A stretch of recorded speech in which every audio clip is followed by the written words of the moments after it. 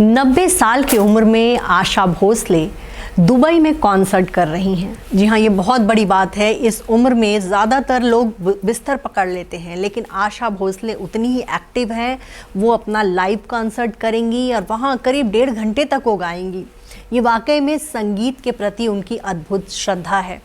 आशा भोसले का जन्म 8 सितंबर 1933 को महाराष्ट्र के सांगली में हुआ था। उनके पिता दीनानाथ मंगेशकर संगीत से जुड़े हुए थे और उन्हें घर में बच्चों को भी वो संगीत सिखा रहे थे। लेकिन जब आशा भोसले 9 साल की थी तो उनके पिता चल बसे। उस वक्त लता मंगेशकर की उम्र भी 13-14 साल की थी और उसके बाद लता के ऊपर परिवार को पालने पोसने की जिम्मेदारी आ गई थी।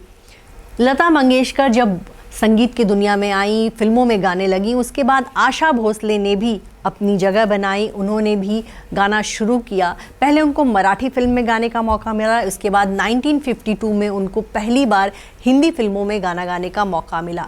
देखा जाए तो उस समय लता मंगेशकर हर तरफ छाई हुई थी और ऐसे में आशा भोसले के लिए अपनी जगह बनाना मुश्किल था, लेकिन आशा ने इस मुश्किल को पार किया।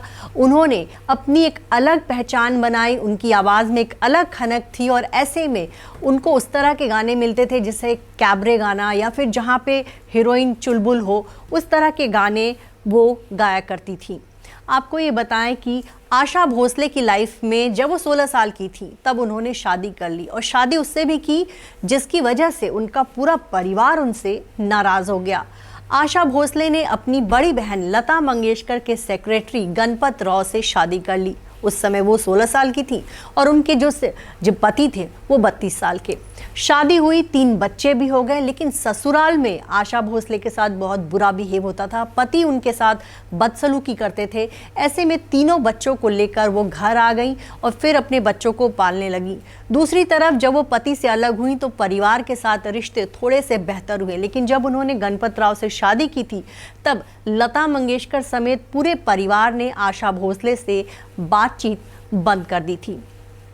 इसके बाद आशा भोसले और लता मंगेशकर के बीच राइवलरी की भी बहुत सारी बातें सामने आई। ये 60 का दशक ऐसा था जब लता मंगेशकर का सिंगिंग करियर परवान पर था। वो बॉलीवुड की तमाम नामचीन एक्ट्रेसेस के लिए गाती थी, लेकिन उस दौर में उन फिल्मों में बहुत सारे कैबरे गाने होते थे, वैम्प के गाने होते थे और उन सब गानों को आशा भोसले गाने लगी और उनको ये नाम दिया जाने लगा कि वो जो वैम्प हैं या फिर जो विलेन टाइप के किरदार करती हैं जो एक्ट्रेसेस, उनकी ही आवाज़ है, लेकिन ऐसा नहीं है।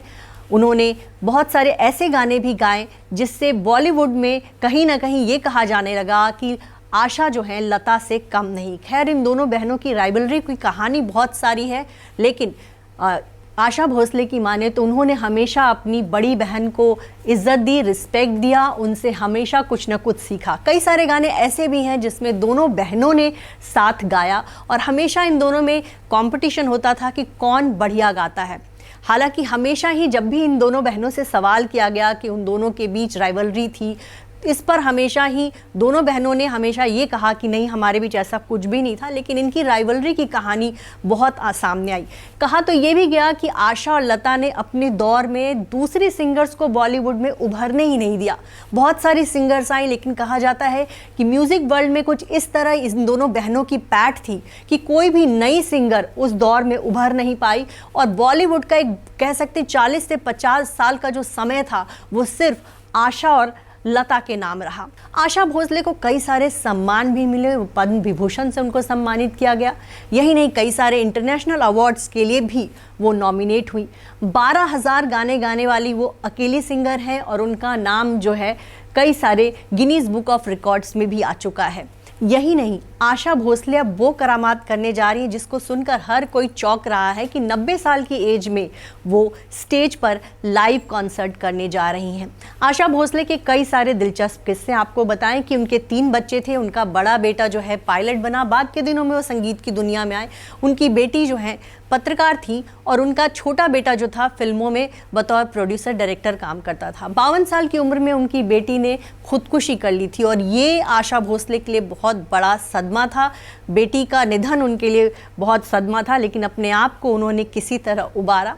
वहीं आशा भोसले ने शादी की थी आर.डी. बर्मन से, और ये शादी हुई थी 80 के दशक में। उस दौर में उनके तीनों बच्चे काफ़ी बड़े हो गए थे, लेकिन इसके बावजूद उन्होंने शादी की। परिवार में कुछ लोग इस शादी के खिलाफ भी थे, वहीं आर.डी. बर्मन के परिवार में भी कई सारे लोग इस शादी के खिलाफ थे। लेकिन आशा भोसले ने अपने दिल की सुनी और खुद से 8 साल छोटे आर.डी. बर्मन से उन्होंने शादी की। हालांकि इनकी शादी बहुत ज़्यादा नहीं चल पाई। 1992 में आर.डी. बर्मन का निधन हो गया और उसके बाद से आशा अकेली हैं। लेकिन बहुत सारी परेशानियां झेलने के बाद भी आशा ना कभी रुकी ना कभी थकी। उन्होंने बहुत गम भी देखे। हालांकि उनका करियर बहुत शानदार रहा, लेकिन निजी लाइफ में बहुत सारी परेशानियां देखी, लेकिन कभी भी अपने संगीत को जो है उन्होंने इसके आड़े नहीं आने दिया। हमेशा वो गाती रहीं। और कहीं ना कहीं देखा जाए तो ये एक बहुत बड़ी बात है कि 90 साल की उम्र में आशा भोसले स्टेज पर गाने जा रही हैं, और ये जो है वाकई में चौंकाने वाली बात है। ये उनकी संगीत के प्रति श्रद्धा है, कहीं ना कहीं संगीत के प्रति उनकी पूजा है कि इस उम्र में भी वो इतना बढ़िया गाती हैं और स्टेज पर गाने जा रही हैं।